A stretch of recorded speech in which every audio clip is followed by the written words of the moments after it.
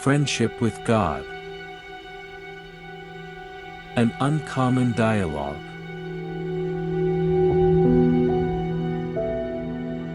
2. The question I have been most frequently asked is, how do you know you've really been talking to God? How do you know it's not your imagination? Or, worse yet, the devil, trying to trick you? The second most asked question, why you? Why did God pick you? And the third, what's life been like since all this happened? How have things changed? You would think that the most frequently asked questions would have to do with God's words, with the extraordinary insights and the breathtaking revelations and the challenging constructs of our dialogue, and there have been many of those inquiries, to be sure, but the most frequently asked questions have had to do with the human side of this story. In the end, what we all want to know about is each other. We have an insatiable curiosity about our fellow human beings, more than just about anything else in the world. It's as if we somehow know that if we can learn more about one another, we can learn more about ourselves. And the yearning to know more about ourselves, about who we really are, is the deepest yearning of all.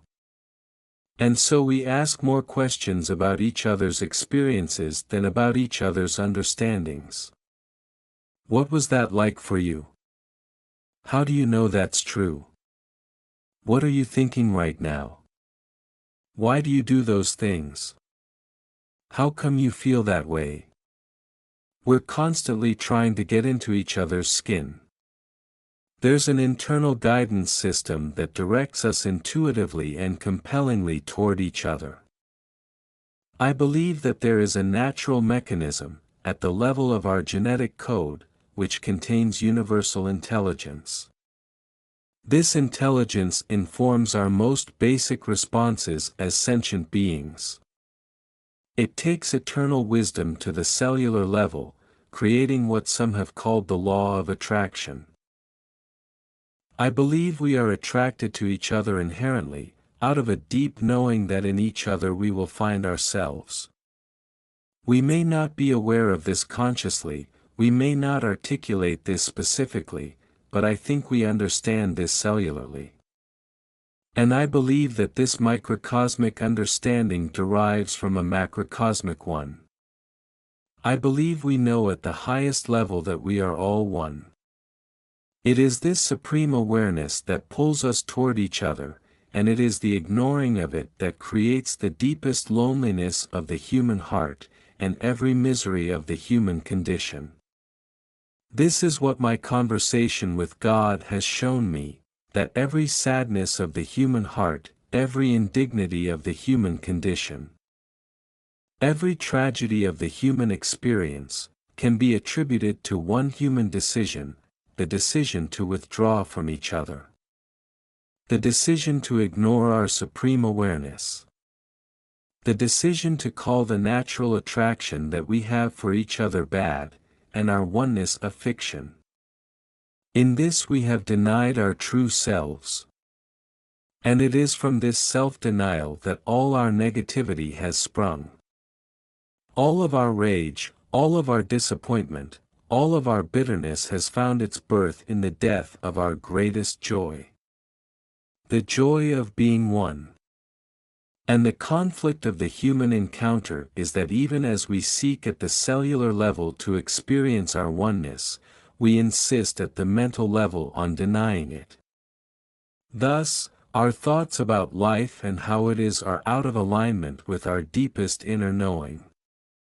In essence, we are acting every day against our instincts. And this has led to our present madness, in which we persist in acting out the insanity of separateness, all the while yearning to know the joy of oneness once again. Can the conflict ever be resolved? Yes. It will end when we resolve our conflict with God. And that is the reason for this book. This is a book I had no idea I was going to write. Like Conversations with God, it was given to me to share. I thought that when the CWG trilogy was finished, so, too, would be my career as an author by accident. Then I sat down to write the acknowledgments page for the guidebook to Book 1, and I had what felt to me like a mystical experience. I'm telling you what happened then so that you can better understand why this book is being written now. When they heard that I was writing this book, some people said to me, I thought there was only supposed to be a trilogy. It was as if producing more material somehow violated the integrity of the original process. So I want you to know how this book happened. How it became clear to me that I had to write it, even though now, as I sit here, I have no idea where it's going, or what it has to say. It was spring 1997, and I had completed work on the guidebook. I was nervously awaiting reaction from my publisher, Hampton Roads. Finally, the call came. "Hey, Neale, great book." Bob Friedman said. "You mean it? You're not kidding." There's always a part of me that can't believe the best and is expecting to hear the worst. So I was ready for him to say, "I'm sorry. We can't accept this. You'll have to do a complete rewrite." "Of course I mean it," Bob chuckled. "Why would I lie to you about a thing like that? You think I want to publish a bad book? Well, I just thought you might be trying to make me feel good. Trust me, Neale. I'm not going to try to make you feel good by telling you you've got a great book if what you've got is a stinker." "Okay," I said warily. Bob chuckled again. "Man, you authors are the most insecure people I know. You can't even believe someone whose livelihood depends on telling you the truth. I'm telling you, it's a great book. It's going to help a lot of people." I let out my breath. "Okay, I believe you. There's only one thing." I knew it. I knew it. "What's wrong?" "Nothing's wrong. You just didn't send any acknowledgments. We just wanted to know whether you had any acknowledgments, and just forgot that page, or if you want to run without any. That's all. That's all. That's all. Thank God." Bob laughed. "Are those your acknowledgments?" "They might as well be." I told Bob I'd email him something right away. When I hung up, I let out a yelp. "What's that about?" My wife Nancy called from the next room. I marched in triumphantly. "Bob says the book is great." "Oh, good," she beamed. "Do you think he really means it?" Nancy rolled her eyes and smiled. "I'm sure Bob's not going to lie to you about that. That's just what he said. There's one thing, though." "What?" "I've got to go write the acknowledgments." "Well, that's no problem. You can knock something out in 15 minutes. Obviously, my wife should have been a publisher. So I sat down on a Saturday morning and began my task by asking myself, whom do I want to acknowledge in the front of this guidebook? Immediately my mind said, well, God, of course. Yes, I argued with myself, but I thank God for everything, not just this book. Then do it, my mind argued back. So I picked up a pen and wrote, for the entirety of my life, and anything good or decent or creative or wonderful I may have done with it, I thank my dearest friend and closest companion, God. I remember surprising myself with the way I put that. I had never described God in quite that way, and I became consciously aware that this was exactly the way I felt. Sometimes it is only as I am writing that I come to know exactly how I feel. Have you ever had that experience? There I was, writing this, and I suddenly realized, I do have a friendship with God. That's just how it feels. And my mind said, so, write that down. Go ahead and say that. I began the second paragraph of the acknowledgments. I have never known such a wonderful friendship.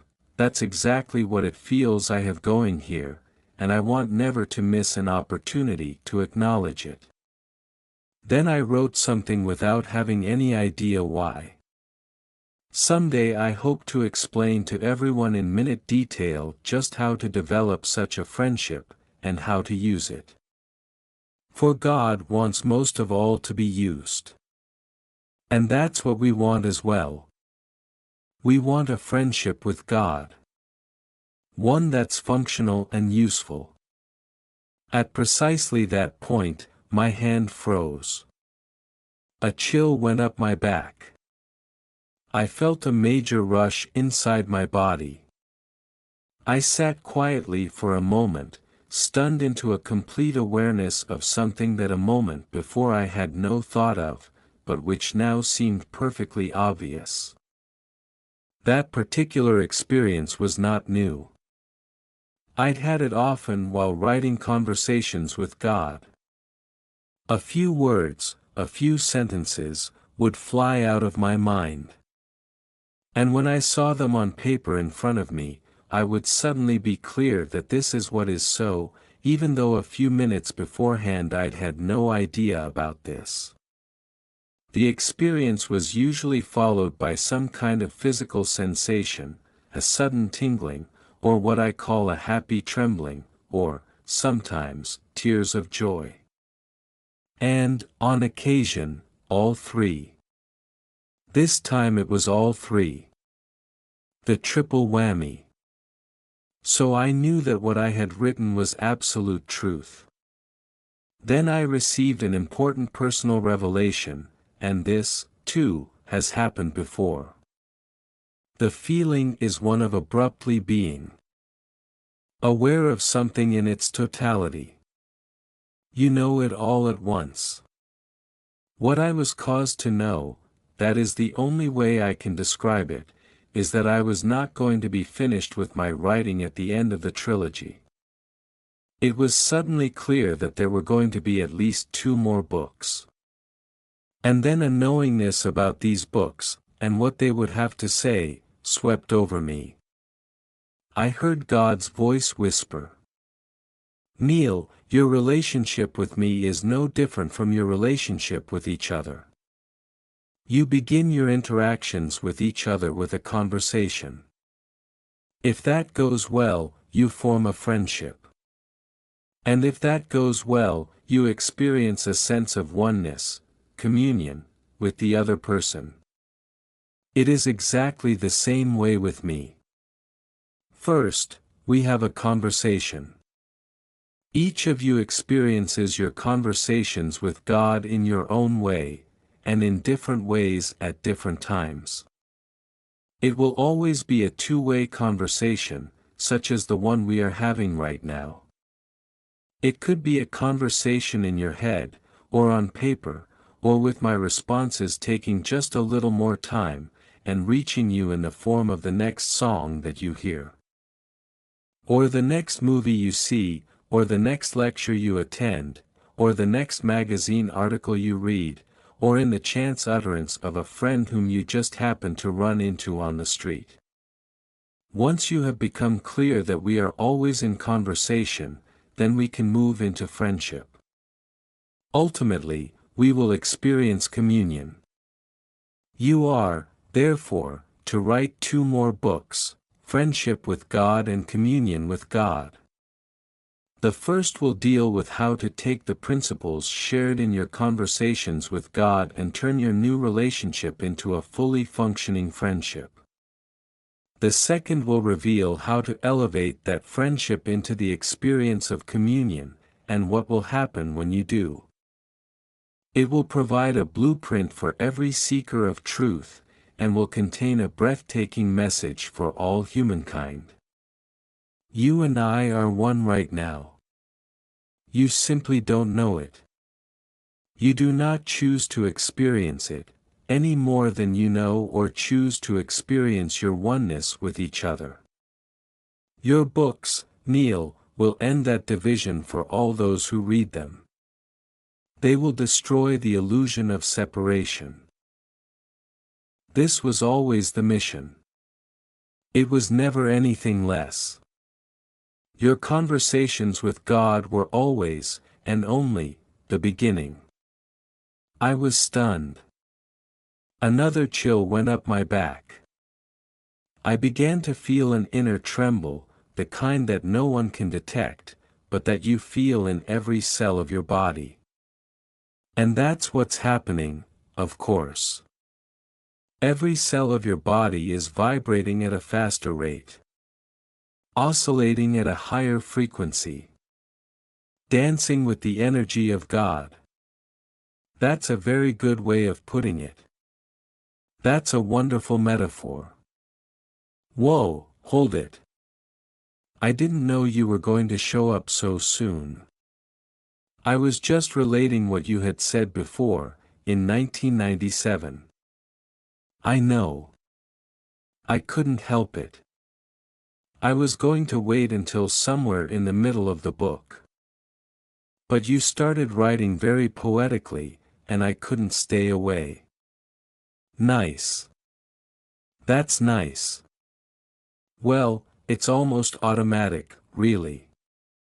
Whenever you write lyrically, speak poetically, smile lovingly, sing a song or dance a dance, I have to show up.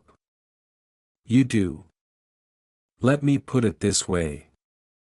I'm always there, in your life. Always. But you become much more conscious of my presence when you do these things, when you smile or love or sing or dance or write from your heart.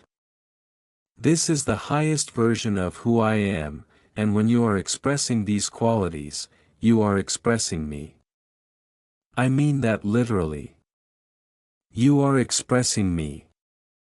That is, pushing me out. You are taking me from the inside of you, where I always reside, and showing me on the outside of you. And so, I seem to be just showing up. The truth is, I am always there, and you are only in these moments aware of me. Yes, well, I had a lot more I was going to say here before I got into another dialogue with you. Go ahead and say it. Excuse me, but it's sort of hard to ignore you. Once you're here, it's difficult to pretend that you're not. It's like that stockbroker who speaks and everybody listens. Now that you've opened up the dialogue, who wants to hear from me? A lot of people do. Probably everybody does. They want to hear how it's been for you. They want to know what you've learned. Don't retreat just because I've shown up. That's the problem with so many people. God shows up and they think they have to get smaller. They think they have to humble themselves. We aren't supposed to humble ourselves in the presence of God. I have not come to humble you, but to exalt you. You have. When you are exalted, so, too, am I. And when you are humbled, so, too, am I. There is only one of us. You and I are one. Yes, that's what I was getting to. I was going there. So go. Don't let me stop you. Tell the people reading this all about your experience. They do want to know about that. You were right about that. As people get to know you, they get to know themselves. They'll see themselves in you, and if they see that in you is me, then they'll see that I am in them as well. And this will be a great gift. So go ahead with your story. Well, I was saying that every cell in my body seemed to be shaking, vibrating, oscillating. I was trembling, a wonderful tremble of excitement. And a tear dropped out of one eye, made its way down my cheek, and salted my tongue as I licked it from my beard. I was having that feeling again. I thought I would overflow from the inside out, with love. I couldn't write another word for the acknowledgments. I had to do something with what I was just given. I wanted to begin writing friendship with God right then and there. Hey, you can't do that, my mind admonished. You haven't even written Book 3 yet. Book 3, of course, refers to the third installment in the Conversations with God trilogy. I knew that I had to finish the trilogy before I dared start on another project. Still, I wanted to do something with the energy that was coursing through my veins. So I decided to call my editor at my other publishers, the Putnam Publishing Group in New York.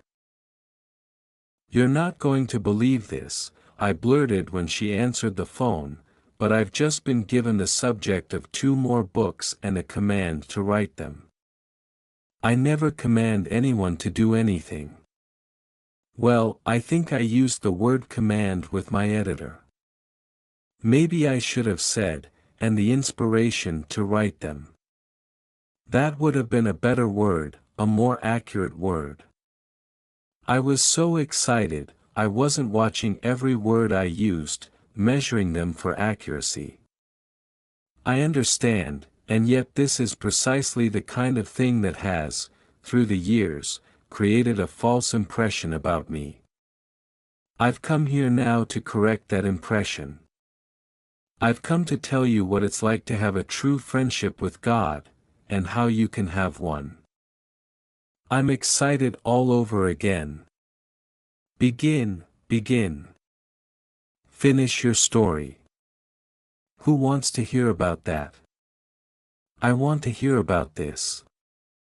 Finish your story. It has relevance.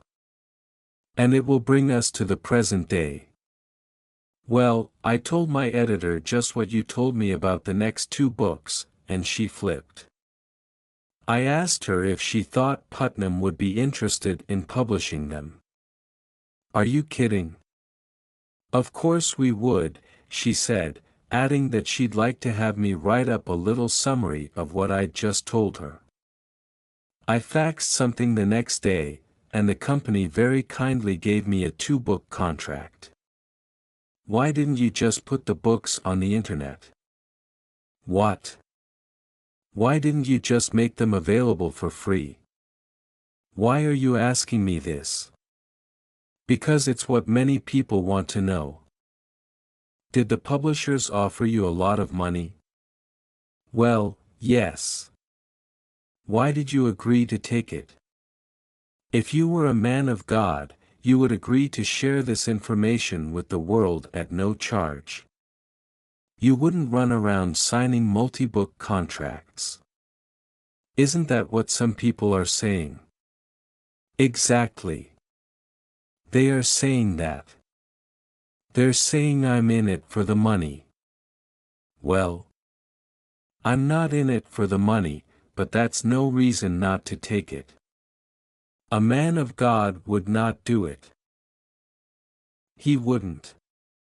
Don't priests take salaries? Don't rabbis eat?" "Yes, but not very much. Teachers of God live in poverty, they don't demand a fortune for sharing simple truth." I didn't demand a fortune. I didn't demand anything. I was offered it. You should have turned it down. Why? Who says that money is bad? If I have a chance to earn a great deal of money by sharing eternal truth, why shouldn't I? Besides, what if I had dreams of doing extraordinary things with some of it? What if I had dreams of setting up and funding a non-profit foundation that would carry your message around the world? What if I had dreams of making the lives of others better? That might help a bit. That might make me not so mad. And what if I simply gave a great deal of it away? What if I helped others in need? That would also help. We could understand. We could begin to accept. But you, yourself, should live very modestly. You should not spend it on yourself. I shouldn't. I shouldn't celebrate who I am. I shouldn't live in magnificence. Have a beautiful home. Drive a new car. No. Neither should you have fancy clothes nor eat in expensive restaurants nor buy luxurious things. You should give all the money to the poor, live as if it doesn't matter. But that's how I do live. I live as if money doesn't matter. I spend it freely and give it away easily and share it generously and act, actually, just that way, as if it doesn't matter. When I see something expensive that I'd like to have or do, I act as if the money doesn't matter. And when my heart calls out to me to assist another, or to do something magnificent in the world, I also act as if the money doesn't matter. You keep acting that way with your money, and you're going to lose it all. You mean use it all? You can't lose money. You can only use it. Money that is used is not lost. Somebody has it. It hasn't disappeared. The question is, who has it? If it went to people who sold me things, or did things for me that I wanted done, how did I lose anything? And if it goes to doing good works, or meeting the needs of others, where is the loss in that? But if you don't hold on to it, you won't have any left. I don't hold on to anything that I have. I've learned that it's when I hold on to something that I lose it. If I hold on to love, I may as well not have any. Hold on to money, it is worthless. The only way to have the experience of having anything is to give it away then, and only then, can you know that you have it. You've escaped my larger point. With your neat verbal gymnastics, you've sidestepped the issue entirely. But I'm not going to let you get away with it. I'm going to drag you back. The point is that people who teach the real word of God do not, and should not, do it for the money. Who told you that? You did. I did. Yes, you did. All your life you've told me that. Until you wrote these books and made lots of money. What made you change? You did. I did. You did. You told me that money was not the root of all evil, though I might decide that the misuse of it was. You told me that life was created for us to enjoy, and that it was okay to do that. More than okay. You told me that money was no different from anything else in life, that it was all God's energy. You told me that there was nowhere that you are not, that you are expressed in, around, and through everything, indeed, that you are everything, the all in all, and that includes money. You told me that all my life I have held an inaccurate view about money. That I'd made it wrong. Dirty. Unworthy. And that when I did this I was making God wrong, dirty, and unworthy, because money is part of who you are. You told me that I had created an interesting life philosophy in which money was bad and love was good. Therefore, the more loving or important to society a thing was, the less money I or anyone else should make from it. In this, you told me, half the world has it backwards. We pay our strippers and our first basemen unfathomable sums to do what they do, while our scientists who search for a cure for AIDS, and the teachers in the classrooms with our children, and the ministers and rabbis and priests who look after our souls, live on bread and water. You told me that this created an upside-down world in which the things we value most receive the least reward. And you told me that not only did this not work, if we really want to create the world we say we want to create, but it was not even necessary, because it was not your will at all. You told me that your will was that every human being live luxuriously, and that there was nothing wrong with luxury, and that our only problem here on earth is that we haven't yet learned how to share it even after all these thousands of years. You also made it clear that I don't teach the world anything about the real truth of money by shunning it. I only encourage the world's dysfunction by modeling that dysfunction myself. You said it would be a far more powerful teaching if I joyfully accepted money, and, indeed, all good things in life, and joyfully shared these things as well. I told you these things. Yes. Without equivocation. And you believed me? I sure did. In fact, these new beliefs changed my life. Good. That's very good. You've learned well, my son. You have heard well, and you have learned well. I knew it. You were just testing me. I knew that you just wanted to see how I would answer those questions. Yes. But now I have more questions for you. Oh, boy. Why should people have to pay for this message? Forget about why you think it's okay for you to receive money for it. Why should people have to give money for it? Shouldn't the Word of God be free for all? Why not just put it on the internet?